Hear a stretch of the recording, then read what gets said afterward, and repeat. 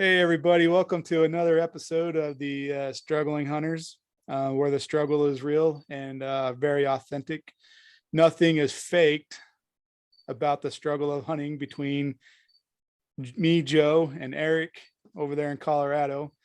Um, it is something that we both hold.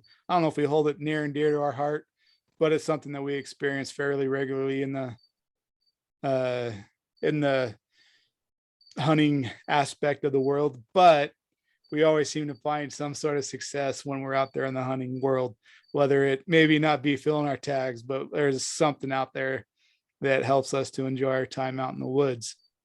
With that being said, if you're listening, like our podcast or our YouTube channel, subscribe, leave a message, comment. We appreciate the ones that have been left. It's been we've been picking up on some comments that been, and sorry if we haven't been getting to you in a timely manner, maybe, but both of us have been busy hunting the last little bit and haven't been quite able to what do you call that, regulate our social media. Yeah, we haven't quite been on top of everything.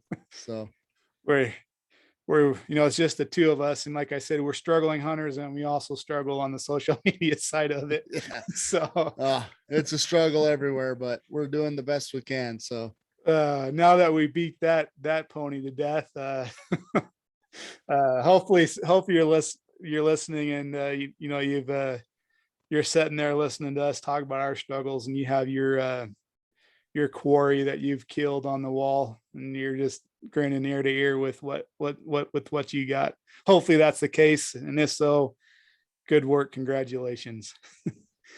With that, I'll go ahead and kick us off with our hunting stories for the week. I went out in the woods for roughly about 6 days ish. Went up to one area where I've been hunting before. I got a cousin that lives close, and so I got up there, and me being the not very well prepared, I texted him like the day I got up there, and he still dropped everything and came up hunting with me one morning for half a day, which was awesome. yeah, that's cool. It was cool. I gotta say, a huge shout out and a huge thanks to Dennis for coming up. He didn't have to. I kind of wish that I would have been a little bit successful with them, just to, like, oh yeah, I got a hunting podcast and I'm also a great hunter. but Yeah. but it was fun to hang out with them. Haven't been able to do that very much for a long time. He's enough older than me that like we didn't quite grow up together. So I was always a little cousin that was probably nipping at his heels and getting in trouble, and happened to be left at home while him and the older cousins went out and had fun at grandpa's. When I say fun, it was, going out, I don't know, hiking or something, riding horses. And I was young enough that I couldn't go with them. So it was fun for me to actually, be able to hang out with them as like an adult. Yeah, for sure. For Yeah. sure. So yeah, I went up there, went to one area. Like I said, I thought I found like a good spot where the elk would be coming in, eating, and then moving to the timber. And Quakies, what it was. The Quakies had a lot of grass in it, so I thought that they would be in there in the morning and slip into the big timber. Sorry, man, I'm tired. I've been out hunting. This is something new to come back and do a podcast. And so if I'm losing words, I'm sorry, guys. Bear with me. I'll try to pull through.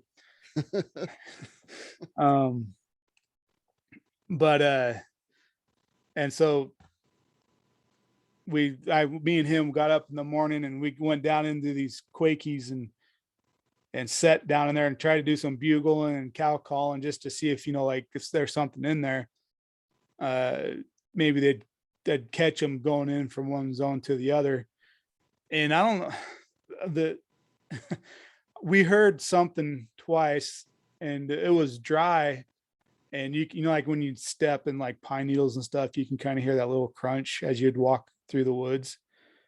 Well, we would hear that like at least one point. There was cows. I will say, so the night before I went up there, I thought I was on something. Sorry for jumping mid story, but I got so excited, crested over this ridge. I heard something rustling in the brush.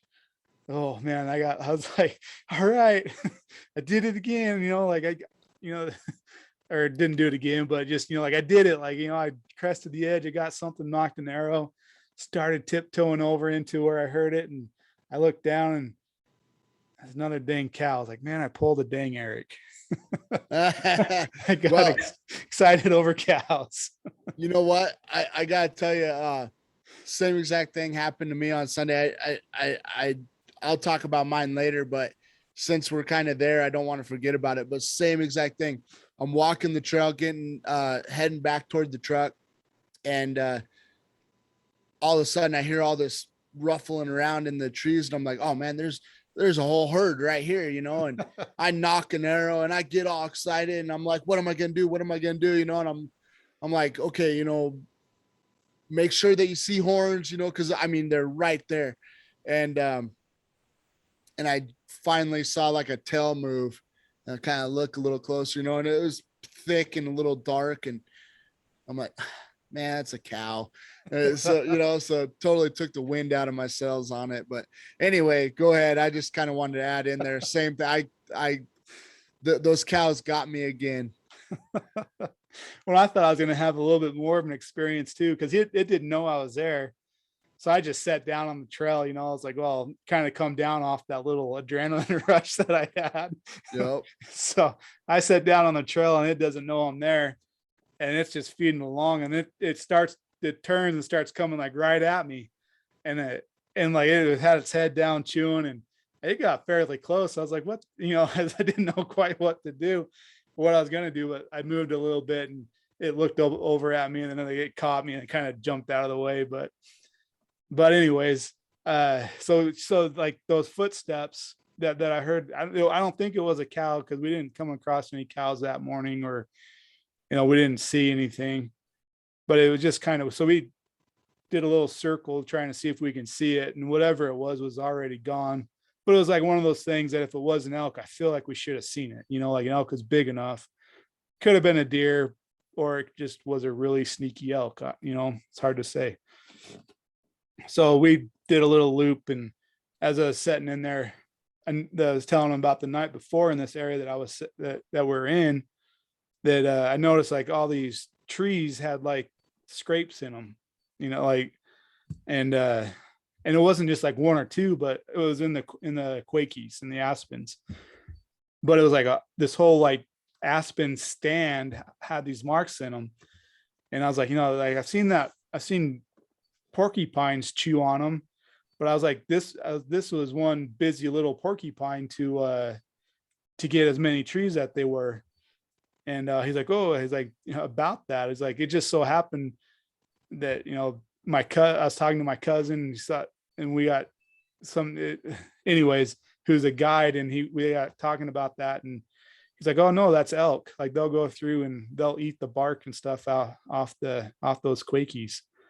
And I was like, oh, that's interesting. And that makes a lot of sense. Like it did look like, and now that with that, like that there was a herd going through there at some point, because it wasn't like 2 or 3 trees. It, look at this whole stand of quakies had bite marks in them, which was kind of interesting. But so I hunted there for a couple days, and he showed me some places where he's been seeing some elk, and earlier in the year than later where he thought where they might be. And I kind of stayed in the area for a few days and did some big loops. One of my loops got cut short because of rain or thunder. There's some thunder bumpers coming in. That scared me too. I want to do some research on lightning safety or something, because I was like, at first I thought it was a bomb going off, because there's a couple like deep rumbles.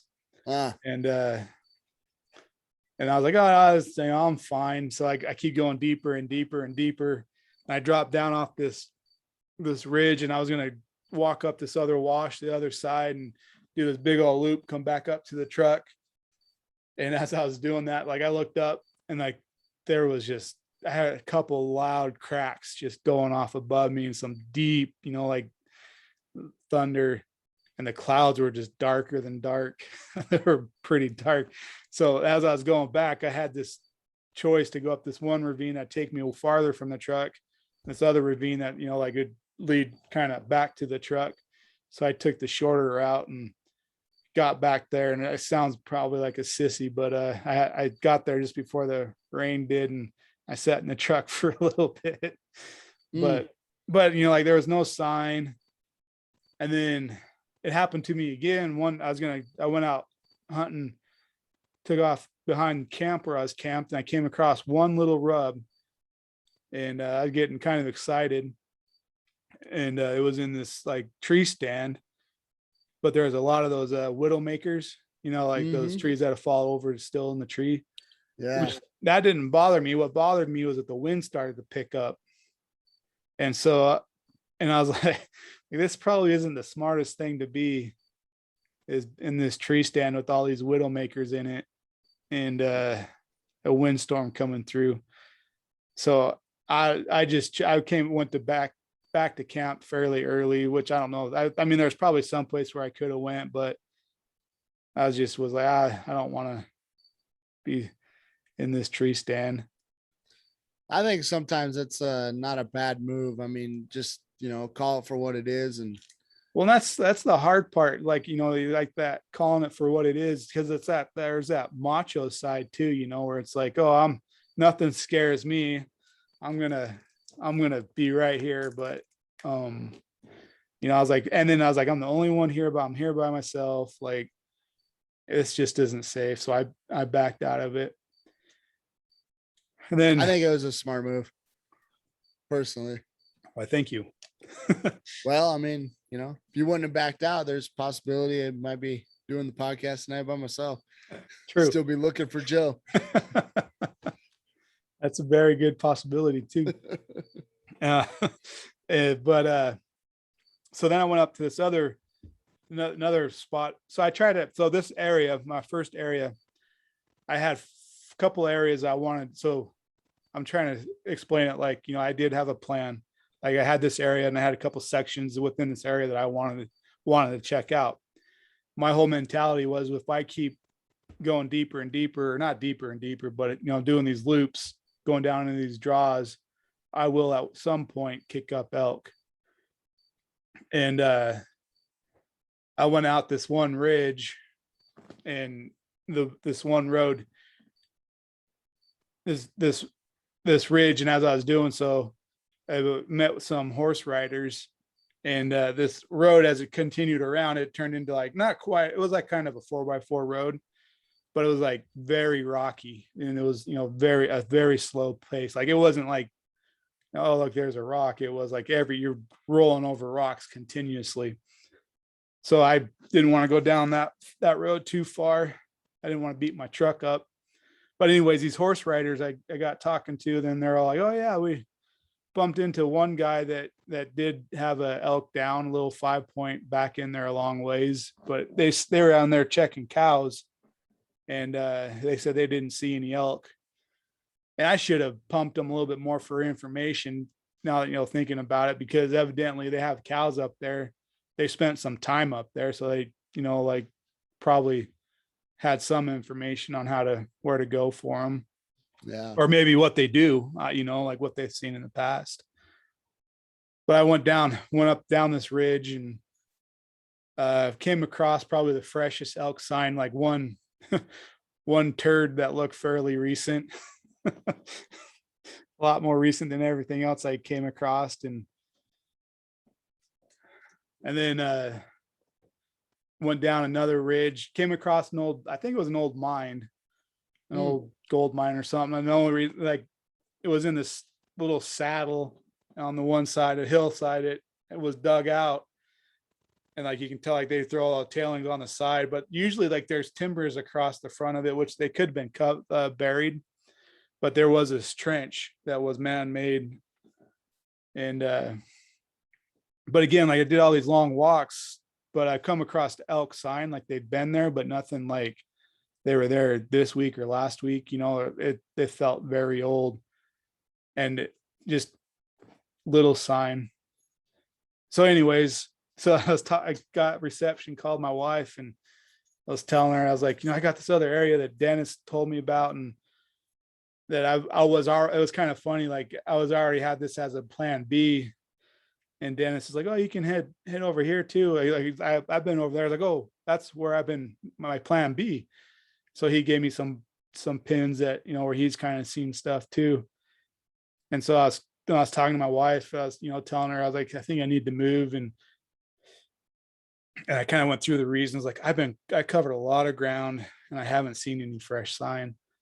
And she's like, well, it sounds like you need to move. But I was like, no, I just need to hunt harder, like I ain't gonna get licked. And then I was like, no, you're right. Like the sign isn't here. That's, like that isn't like a lack of trying to find something. I was like, it just isn't. And I'm sure they're there. I just felt like, like in order to get to them, I had to go deeper into the woods, back further. And, now I'm not set up to like, it was more like an overnight camping trip in the backwoods, Yeah. Not set up to do that. And I didn't really want to do that. So I went over to this other spot, and I got in there, took off, went hunting, threw out a couple bugles, and then finally threw one out, and I got a response. And I was like, oh, all right. Then it turned in, now what do I do? Never had this before. And I was like, so I did like the whole chuckle and bugling, and I'd rake trees and they're going at it. And I felt like I had one coming in. But I don't know if it was a squirrel or not, but like I felt like I heard some snaps, but like nothing big coming, but I just felt it sounded and felt different than a squirrel moving, but it was probably me wanting it to be it. But I had that. So I actually had two bugles going. I had one down below me and one up above me. And being that, we've been talking about thermals and windage and stuff. So I was like mid mountain, like I wasn't down on the bottom of the mountain. I wasn't up high on the mountain. And the bull above me, I was like, well, the wind's blowing up. There's no way I'm going to be able to, I had to do a big old loop to get around and get on top of him. And so I was like, I'm just going to go after the one where my wind's already good, because all I'm looking for is a bull. I don't care how big he is or what he is. I'm just after one. So I chased him for a little bit. He'd bugle. His bugles kind of stayed somewhat close, and then they just got to where they faded out. And the one above me, he was fading out. He was already fading as he was bugling back to me. And so I was like, well, he's I can hear he's leaving the area. And the other one, not only was the wind good, but he sounded like he was staying close. But that's the one that I thought he was coming in on me, but I think it was more my imagination wanting it to work than him actually coming. But it was the other interesting thing too. So as I was working on that bull, I kind of stayed along the same, elevation line. Mm-hmm. And as I did that, I was coming across some good sign. Like good sign is like some fresh turds and a couple of scrapes. And then I was coming up to a bowl in this mountainside. So I wanted to get the wind above me, or me above the bowl. So that way the wind, was pushing my scent up. And so it was kind of interesting, as I worked my way above that elevation line, all the fresh sign went away. And like I'd still come across a couple, indications that there was elk there. And then as I dropped back down to that elevation line, it picked up on fresher sign. And then as I got to the top of that bowl, I let out some some bugles, nothing bugled back. So I just started making my way down in that area, and I came across a spring, and which I don't think was on the map. And then as I came across it looked like a bull was trying to make a wallow. Um, like it was just like a little spring, like he stepped in it, but it wasn't quite big enough it was kind of in the rocks too. A lot of rock slides in this area. And so it wasn't like he was able to really do much with it. And then, but as I kept going downhill, I found a big wallow. And nothing, didn't look anything worked it like recently. All the water was like settled and cleared. Mm-hmm. But it was a good sized wallow and all sorts of fresh side down through there. And so I was trying to process. Maybe it's a question if you guys are listening and made it this far, which I hope you have. If you're listening and can understand, I don't know if I'm doing a good enough identification of the area, but I don't know if it was a bedding area, because it wasn't like there's an awful lot of feed, but I didn't see that many beds made, like if maybe due to my lack of knowledge of elk, maybe the elk don't always go back to the same bedding area. So it's not going to be like repeatable beds. Does that make sense? Kinda. I mean, I'm kind of with you. But but it just was odd because there was so much sign in there, but it wasn't like the greatest of feed. So it's almost, I guess I'm trying to comprehend is if I was in a bedding area Okay. or a Yeah. transition zone. That's an interesting thought. But then down in the valley, I walked out the bottom, and there was definitely feed in there. But I kind of felt like I was in that sheep predicament that I was last time, was like there was no turds down, no elk turds. There was some cow patties down in there, but I don't know if the elk I felt like if the elk were in there, there should have been some elk turds in there, but there wasn't. So in my head, I'm like, okay, now I got to try to find where they're feeding, I guess. But anyways, so my next part of the hunt, I went around this ridge, this mountainside where the saddle was, and was going to hike up to the top of that saddle and see if I can come across that bull.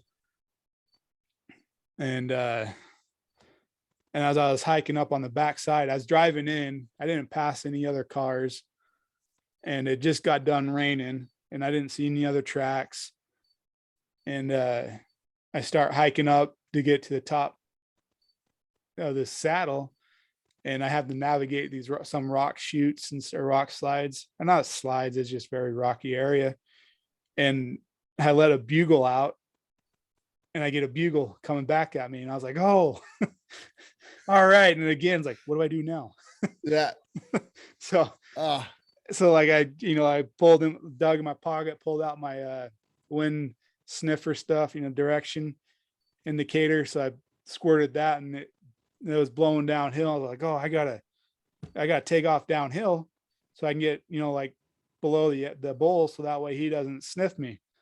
So as I'm doing that, I'm kind of bugling here and there, and he keeps bugling back at me. And I think my other problem. So anyways, I'm like trying to think, okay, what do I do? Bugle. And I get to a part. All right, I think I'm good and low enough. I'm going to grab a stick. I start raking and trying to bugle at the same time. I'm like, man, I wish I had Eric here. I need someone bugling and calling for me, because trying to hold my bow in one hand, and calling and bugling and raking. It's kind of a turns one-man into band. quite the chore. Yeah. Yeah. And so he kind of quiets up, and it sounds like he's starting to. So I threw out another bugle, and it sounds like he's further away. And then I have another bugle coming off from another direction. I'm like, whoa, I got another bugle going on. And so, but I was like, well, I know I got one up here, so I'm going to stay on this one. And so I bumped down a little further, because I don't know if, the bull's trying to get the wind in his favor. So I'm going off, I guess, playing defense, trying to bump down a little further. I end up finding a little road, And I'm like, well, this is great. You know, I can kind of run down this road and maybe catch up to them. And as I'm doing so, I cut some fresh tracks. So it was just one set of tracks. I'm like, that's probably the bull. And but now that I think about it, I wanted those other. Now I'm jumping stories. So, anyways, I can tell he's long gone. I throw out a bugle and it's just very faint. I'm like, well, shoot, he's gone. So I was like, well, I'll bump down the road I drove in on was beneath me now. So I was like, I'll just bump down on the other side of the road, throw some bugles out there. Maybe that other one will fire back up. I catch the road and I look at the road and there's boot tracks. There's 2 boot tracks in it. And I was like, and they're walking from the direction that I parked. And I was like, I was the only one down there parked. And like I did, the road did continue. So I was like, well, they could be further down there, but like it's kind of a 4-wheeler trail. Like my truck can make it, but like I had to pull a log out of the way to get past it. Like, you know, so I knew there was no other trucks down beneath me. And I was like, well, it could be a 4-wheeler, but kind of doubt it.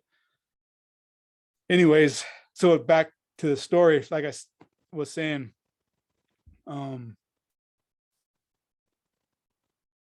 I look at the tracks and they're kind of going up the road and down the road. So I think they heard me bugling and they're trying to figure out what was going on. But like I said, those other tracks, I don't know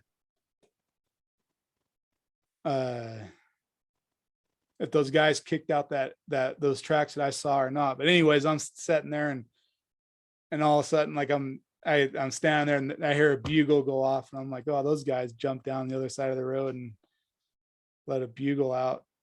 So I took off down the road and I was like, I'm going to go past my truck. And like, it's too late now to go up over the mountain. So I'll just go down past my truck and see what happens. So I went down past my truck a ways and then I got looking at the map and realized that like the road I was on connected to another trail and that trail connected back up to the road. So I think those guys just hopped on that trail or the first thing in the morning. And like this was evening.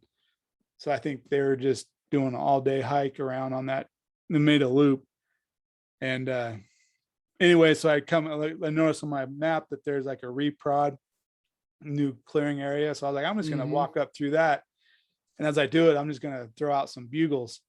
So every 30, 40 yards, 80 yards, I just would throw out a bugle. And I get towards the end of it where kind of getting into the darker timber, old growth looking stuff. I'm standing there staring that direction and I hear a whistle. And it was kind of, I was like, man, it sounds more like a bird than a human, you know, like it just didn't have like the same wind up or let down. It was like a straight whistle. But I was like staring at it or staring in that direction. And I was like, this is kind of weird. But I was like not thinking much of it. And I throw out a bugle. I think it whistled one more time. And then I threw out another bugle. Then I got a bugle in response. But like, I was like, man, if it's somebody, like, I feel like they would like be waving their hands or like saying, hey, we're here or something, you know, like, yeah. So I checked the wind and again, I was like, well, if it's coming in, I got to drop downhill again. So I took off dropping downhill, bugling, but it never bugled back. So just left one bugle and then left you? Yeah. Huh. Yeah. So I don't, like I said, but that whistle is throwing me off. Yeah. That whole thing. Yeah. It's crazy the things you see in the woods sometimes.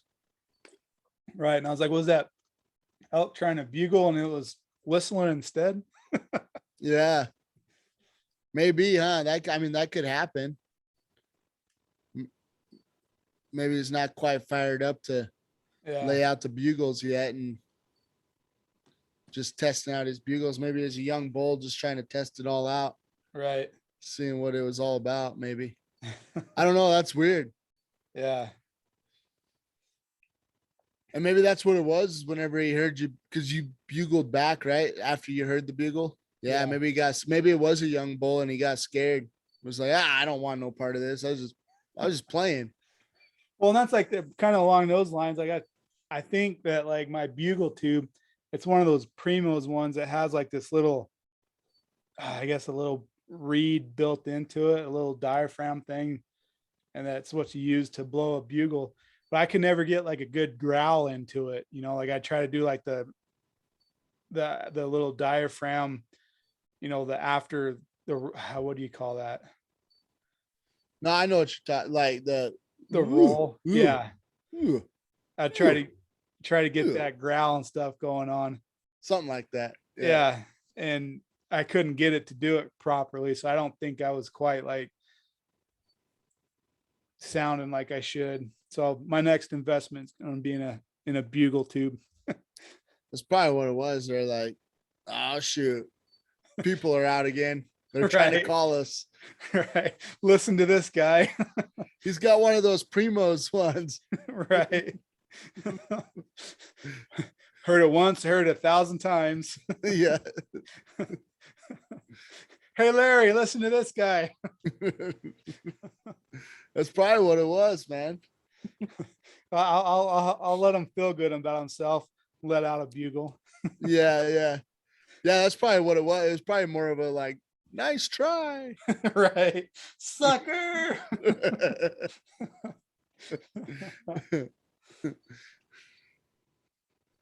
But yeah, so that was my hunt. I wish I would have kicked over a little sooner to that area. Yeah. But I was definitely into them. That was kind of toward the last days of your hunt. Yeah. Gotcha. Yeah. I got excited though. That was fun. It was fun to get excited. Every time I was like, here, it could happen right here, right now. Bring in your skills or hone, stay calm, start talking myself in, trying to plan out the next situation, trying to stay mentally prepared. So that way I didn't, see a bull coming up, be like, okay, now what? Pull up your bow and draw. Yeah, yeah, yeah. Well, it's what it's about, closing the distance, trying to, win all those little battles, trying to do everything right. Right. I mean, you definitely were considering everything. I mean, your wind and everything, trying to run down the draws to make sure you didn't get blown out of there with the wind. I mean, you're doing everything you can, it's just they're gonna give you what they give you. That's right. And I don't know too, I'm now thinking about it, those other guys, they weren't all that far from me, and they could have ruined that first bugling, that when I was hiking up that hill or heading up those saddles, those guys could have ruined it for me, and could not necessarily been me. It probably could have been them doing something that ruined it for me. That's all I'm going to say. It wasn't my fault. For sure. For sure. That's the hard thing about these over the counter hunts. I mean, just having so many other people in there, and I mean, you don't know if you're actually bugling in another person or an actual bull sometimes. Right. I mean, well, there's so many variables, but I mean, it's all part of the game. That's like when my first bull I had bugling at me, I was like, I bet that's another hunter. Because I'll kind of, I mean, my story is not, I only had one day of hunting, but I'll kind of get into it. But that I feel like that's kind of my problem is, for me personally, I assume that it's another hunter before I assume that it's an elk, Right. So, but I can, that sums up my hunting experience. A lot of walking, and ended on a high note, but with an empty tag. Yeah, well, there's still got a little more chances for the year, so yeah. Hopefully something comes about. Well, I'll just cut into mine then, try to keep this thing going at whatever pace it's going. Yeah, so I only had Sunday to hunt, which I think this week I don't even know if I'll get Sunday. We got all kinds of stuff going on, so on and so forth. But this week I'm hunting, or this last weekend I hunted up in the same area, kind of a different, or I was in the same general area, but I moved to a different mountain range, I guess. Anyways, got there a little bit later than I wanted to. Got there just right at 9, a little before, or was it 9 or 8? I can't remember now, because now that I'm thinking about it, I thought that I got there at like 8. Anyway, it doesn't matter. I'm kind of getting lost in track, but got ready, got everything out of the truck, closed the door, and I kid you not, I started going down in this little draw, and it looks pretty good, but right away I hear 3 cow calls, and they were kind of back to back, and I froze. I didn't quite know what to do. I wasn't expecting to like get into any activity, and this is kind of where I was saying, where I kind of assume more hunters than elk, and I kind of chalked it up as that. I thought it was another hunter, and I'm looking around, I'm trying to, I'm assuming that that it's a bow hunter and they're all in camo, and maybe there was, they probably watched me walk around forever laughing at me or whatever to themselves, but I thought it was another hunter. So, because I was just kind of amazed. I mean, I literally closed the door, walked out, started going down into the draw. I was trying to get down to the bottom as fast as possible for windage purposes. I was trying to, stay at the bottom as much as possible and work my way up the other side. So I didn't want to hang out too much on top there. And like right away, I just hear the 3 cow calls, and I'm like, I ended up sticking around there for probably a good 45 minutes to an hour. Nothing was really popping up. Nothing. I mean, it just seemed like it was, I thought I heard a little bit of movement in the brush a few times, but never could spot anything. So I was like, well, I wanted to get up to this area where they were supposedly bugling at. So I wanted to get there. And that was kind of the part of the mindset too. I wish I would have, because looking back, I wish I would have stuck around even longer, maybe even changed my tactics. But I was trying to get to this certain pin. And since I was trying to get to that pin, I was like, you know what? I heard that they're up in this area. I want to get over there. So that was like my whole thinking. Now I'm looking back going, you should have maybe changed some tactics or worked around it or did something different than what you did. But that's only, if I would have ended up successful, it wouldn't even mattered. So, that's just after the fact, after I didn't get nothing, but worked the draw, came up to this one spot. I'm creeping along, trying to be as quiet as I can. And, that's the one thing I don't know. Like I love hunting with a partner, I love it more than solo hunt. But the one thing with solo hunt is you can really slow things down and be extra quiet. And I kind of like that a little bit, like there's a little bit of an appeal to it, I guess. I'd prefer to hunt with somebody, I'm not saying it's more fun than hunt, because half of the culture of hunting is just having your buddies and doing the thing together and stuff. But there is kind of, once you get used to hunting by yourself, and there's a little bit of a, you find little things that you enjoy about it, I guess. And so that's one thing, is like being extra quiet. But anyways, I got to a certain point where I kicked up something. And to me, I mean, I'm thinking elk, it could have been a deer. It could have been a cow. I never did see it. And this was a different time period than what I was saying whenever I saw the cows later on, kind of heading back to the truck. But when the whatever it was kicked up, it was so weird because it was thick, but it wasn't thick. I was like, that kind of movement and everything, I feel like I should be seeing something. I'm looking, I mean, it felt like it was right there within 15, 20 yards in front of me. I'm looking as hard as I can. And I hear all this, branches breaking and all this like movement. Like it was scared, like, oh crap, what's that right there? And Never seen it. Never could lay eyes on it. And I got a little distracted because there was deadfall. And so I'm trying to negotiate. I'm trying to figure out a way to get a peek. And in my mind, I'm like, well, I'm going to try to climb up over here. And I start just getting into this really thick deadfall. Well, that kind of distracts me because I'm trying to be quiet and negotiate the deadfall.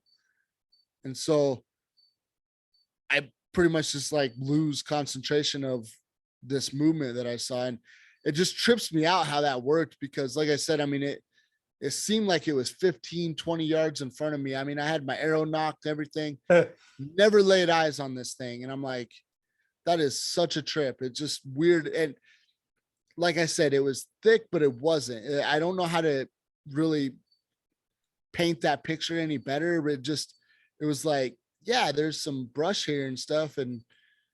But I feel like I should have been able to lay eyes on whatever it was moving, but I could not see it. And it was just kind of a mind trip how that worked.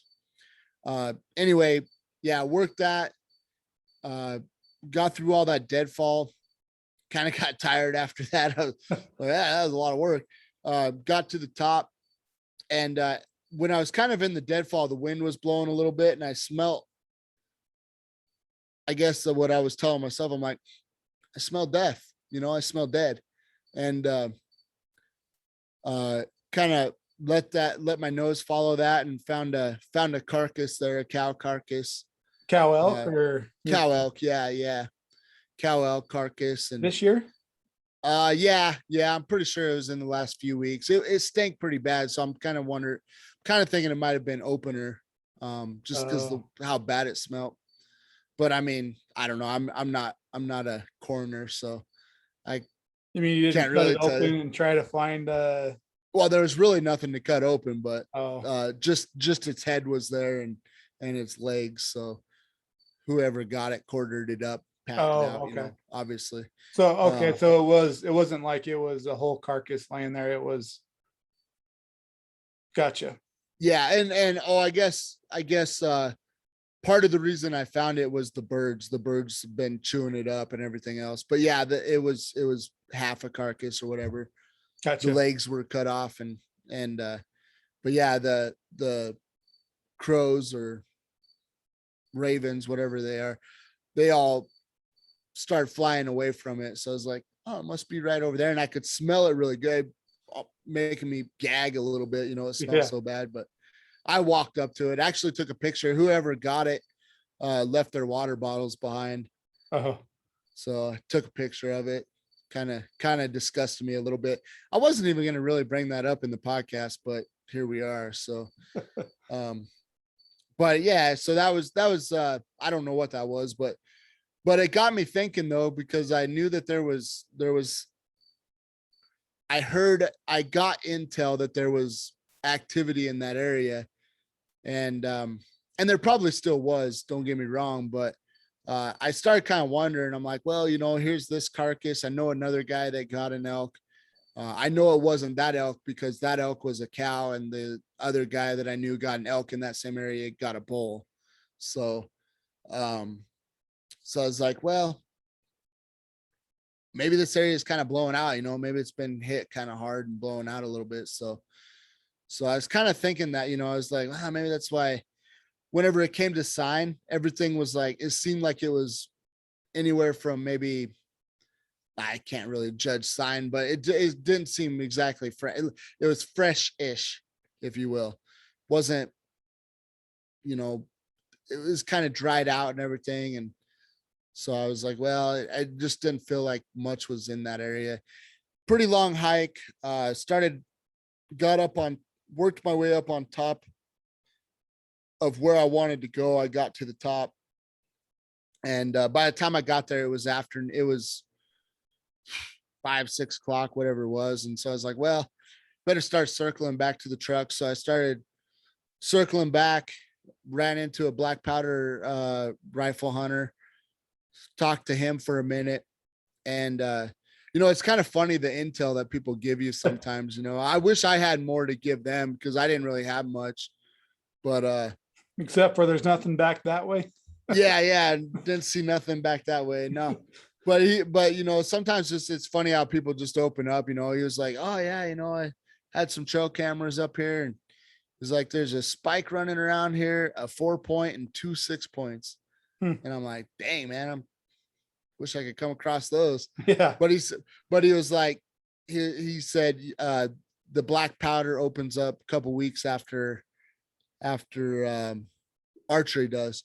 And he said that the those elk, he was seeing them every day in that area. And then the day before his opener for black powder, they were gone. He said that they weren't on the trail camera anymore. So he's pretty sure that they left the area.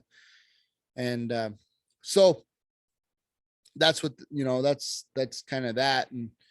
And but it was kind of cool intel, because I'm like, well, I know there's a couple 6-points in this area, Yeah. so I'm like, so I'm hoping whenever I go back, I'll get a little more, or I'll hit that area again and kind of just keep hitting it. Hopefully come across something, keep working the area. And it's a cool little area. I'm surprised that we never found it. Well, that's the thing is so actually that area, and if the guy never if I would have never got the intel that there was elk in there, I probably would have never thought about walking in there. Because whenever you look at it from the road, you're like, ooh, that's one thick sun. But it's dark and it's thick, but it's walkable. It's actually, Oh, there's steep parts and stuff, but it's pretty walkable. It's not like a bunch of scrub oak like we've had. It's pretty walkable. gotcha. And there was only that one part, that one ridge that I was walking up that like right in the middle of it turned into a lot of deadfall and stuff. And because that was a little bit of the intel that guy gave me whenever he's like, yeah, they're bugling up in this area, and he dropped a pin for me, really. Oh, really? Yeah, I kind of owe him big time, because it was cool that he gave me what happened was he got successful and didn't need the information anymore, so he shared it. But Yeah. yeah, he dropped the pin for him, and he was like, yeah, they were bugling up in here. And so and he told me, he said, yeah, it's kind of rough hiking. So I'm preparing for this like really rough, like, oh man, I'm wishing that I never would have went here hike. And 90 or well, 3/4 of it, I'm like, man, this ain't that bad. I don't know what he was talking about. Uh-huh. And then I hit that ridge where all the deadfall was, and I'm like, I'm pretty sure this is what he was talking about. This sucks. Huh. So, but yeah, so anyways, that's kind of my plan. After I talked to that black powder rifle hunter, I pretty much head back to the truck. Now I'm kind of condensing my story, but it did take me about 8 hours to do all this. So I spent majority of the day out in the woods, taking it real nice and slow, took a lot of breaks. My cow calling, I still haven't started bugling yet because I haven't heard a lot of bugles, right? I've been kind of waiting to see if I hear an elk bugle first and then try to bugle back. That's been my tactic this year. Maybe I should change it up a little bit, because I haven't really, maybe I should try to get them going. But that was what it was I heard advice, don't bugle till you start hearing bugles. And because of that, I'm like, well, I'm going to try that, right? And see how it works. Because once I start hearing bugles, then I know that it's on, they're turned on, ready to Yeah. go. And that was the idea behind it. So I was like, I'm going to roll with that tactic.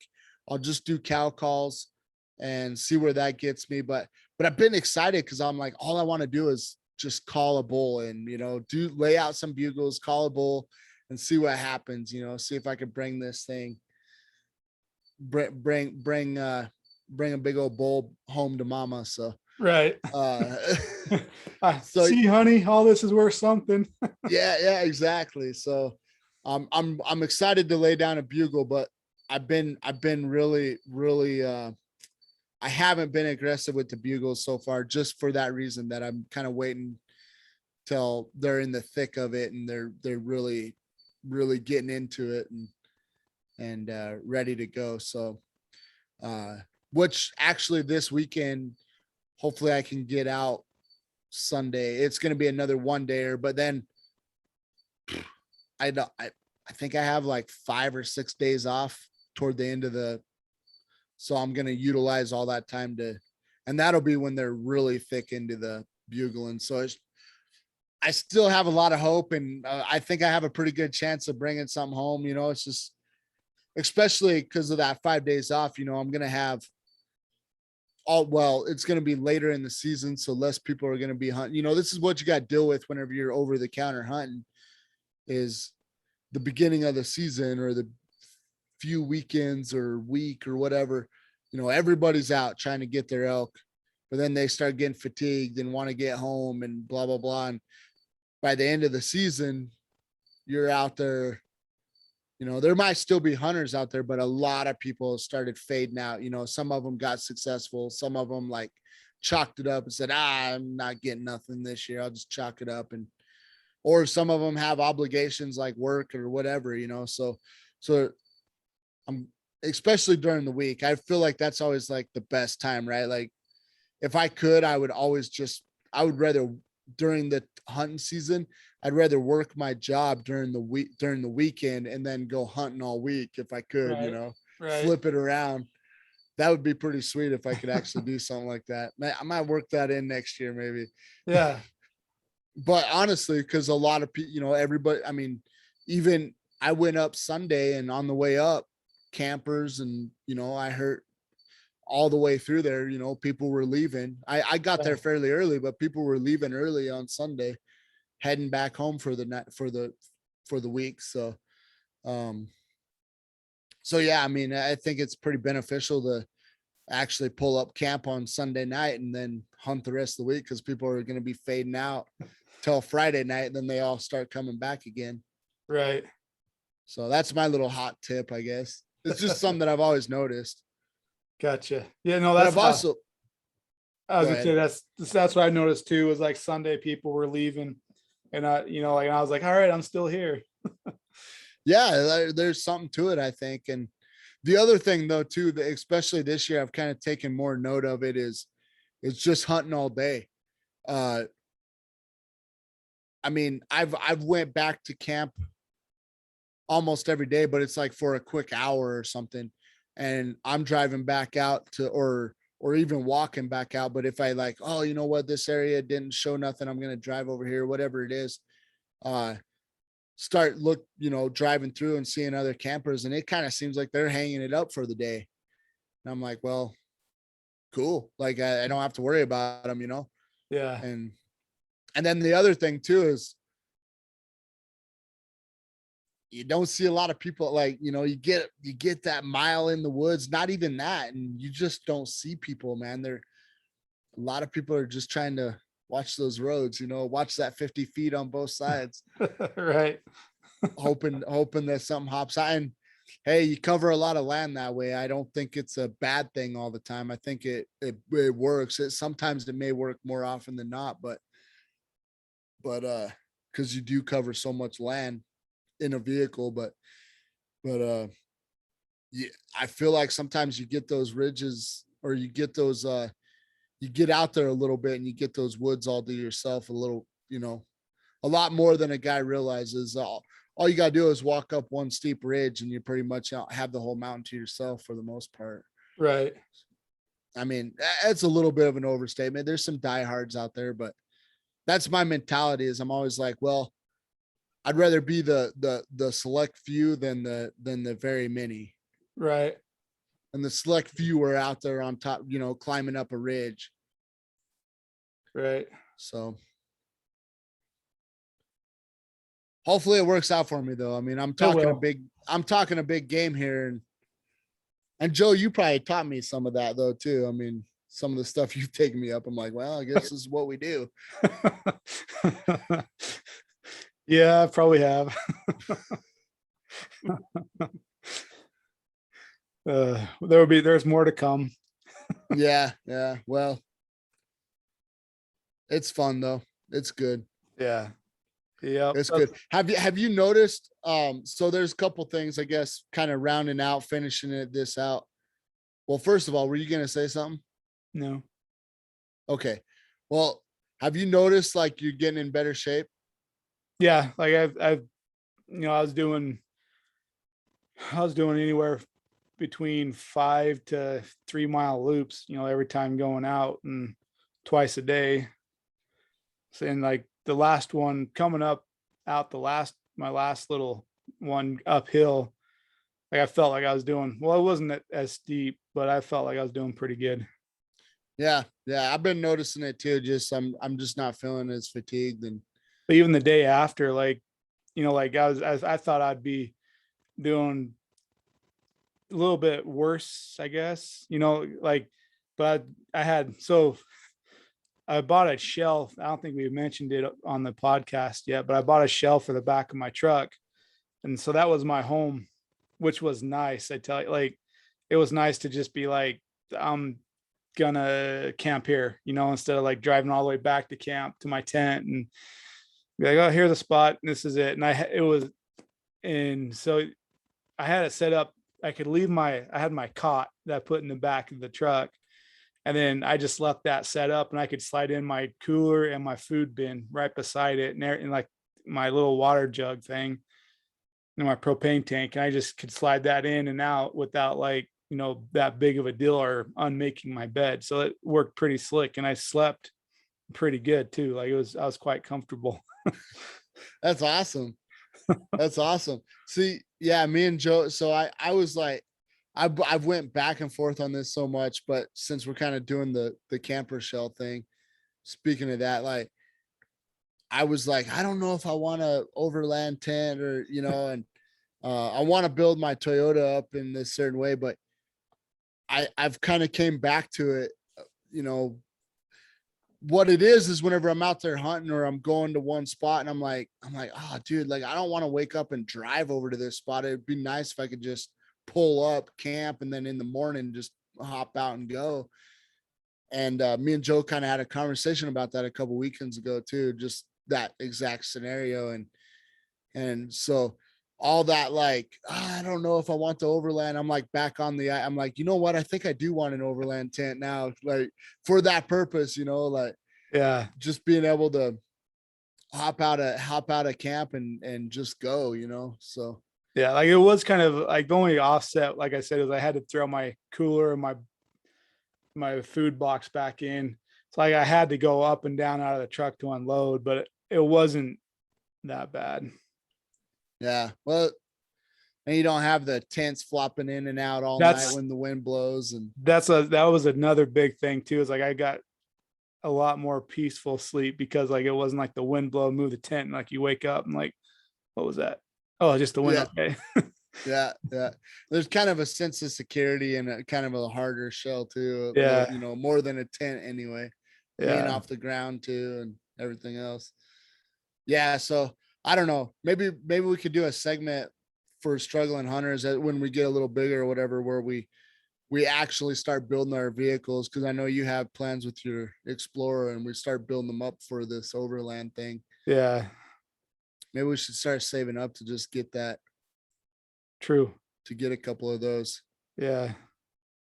And start working that out, or put it on your pickup. Maybe just work your pickup that way. Could do that as well. Yeah. Fairly easy. Yeah. But it'd be kind of fun to do like a little segment for our channel. True. But True. yeah, what were we so you said you had a couple of questions. One's being in shape. And we went. Oh, yeah. And then have you been losing much LBs from our little gentleman's bet? So I'm still down 3 pounds, but I thought I'd lose a little bit more weight this week. But I made sure to plan like some good meals. Like it wasn't anything excessive. I just made sure I had enough. And I didn't drop all that much, which I'm kind of not depressed, but like put out a little bit, because like I covered some miles. And like I guess I maintained where I was at, so like I'm still down, but like I thought for sure I'd come home and be down like another 10 or something. Yeah. Well, so I'm same story here. I mean, we got to dial it in, but I feel like the through this main hunting season that we're doing right now, like I'm not too worried about it because I know I'm getting the exercise. Right. But Same thing. So I dropped like 2 and I was like, oh man, whenever me and Joe were texting back and forth to each other, whenever we decided this challenge, and he's like, oh, I dropped 5. And I'm like, oh, I'm down 2. And I was just getting ready to go back and hunt again. And I'm like, oh, dude, I'm going to be 5 or 6 by the time I get done. But same thing, man. I kind of like ate good enough or whatever. And I just kind of stayed plateau. And then Sunday, I got back from Sunday's hunt, gorged, weighed myself Monday morning, and I was like, and I gained a pound, and I'm like, man, I haven't lost anything really, So Yeah. I definitely gonna have to work on dialing it all in, but Right. No, so like I knew I was going to be out hiking hard. So like this is actually the first time I actually like planned a lunch. Like I actually made, it was like a bagel sandwich and some snacks and this little like uh, chicken salad in a can with crackers and granola bars, and I threw in a Gatorade, for lunch. But I was like, if I'm going to be hunting that hard, I'm not going to, my plan was to stay out from the truck all day. And, but so that way, like, I had a good lunch with me, and I just because I didn't want to be out there and hating life and out of energy. So I planned a little bit better food, or right. made sure I had food with me instead of a granola bar. Cause that's typically what I do. No, I got my backpack's full of granola bars. I'm good, which I am. But like, I was like, I'm going to be out for 6 days. I want to make sure that my food is covered. Yeah, have a few good meals. Yeah. Yeah. The bagel, I don't know why I never thought of that. I'd almost rather do that than bring bread with me. I'm gonna add that to my So my arsenal. I saw it. I stole it from some other YouTube guys or I can't remember who, but I was like, oh, the bagel has a little bit of flavor. Like it wasn't, it had like, I think it might've been the wheat bagel or something, but it had a little bit better flavor than a spread sandwich did. And I think like the calories are even a little higher too than, but it actually, it was great. Like it filled me up and kept me good. Yeah. I reached a point. It was really weird how aware of my body I was, if you will. But Sunday I reached a point after climbing a few ridges and stuff, and I plateaued, and I found this water hole, and I kind of sat on it. But working up to that water hole, I was like, man, I can feel the fatigue kicking in. I was really getting fatigued. I'm like, this is so weird. I never did take a nap. I laid back, and actually I might have fell asleep for like a few minutes, but I woke, something woke me up, or I woke myself up, whatever it was. And then I couldn't go back to sleep after that. But yeah, it was just real weird how I could feel that fatigue kicking in. And I had some granola bar. I was kind of doing the Joe move, and I'm like, oh, I'm good with a couple granola bars, but I ate everything that I had, but I got my energy back after I did, thank God. And felt good again. But it was so weird how I was just like, feeling very fatigued. Like I don't want to go any further kind of fatigue, and yeah. But yeah, so I sat on that water hole for a while and kind of got my energy back, ate some food, water, the whole thing, and got my energy back and finished out my hike. But it was just so weird how it kicked in like that. Yeah. Is that all you got for tonight? Yeah, that's all I got. Sounds good. Well, I'll get us out of here. Okay. Sounds good. All right, guys. Well, thanks for listening to the Struggling Hunters for another week of hunting stories and whatever else you want to call it, I guess. The struggles of being a hunter. Yeah.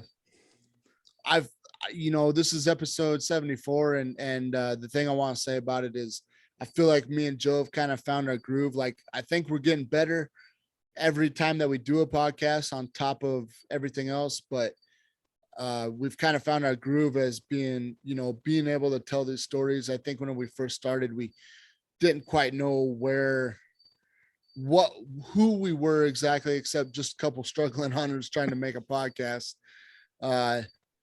But we've kind of found ourselves, and it's really cool because I'm enjoying the process even more now. because I kind of feel like we know how we're gonna present the show, and now we're just trying to dial it all in, tweak it, and really cut out the fat as much as possible, and make good shows. So hopefully you guys are seeing that and it's resonating with you guys.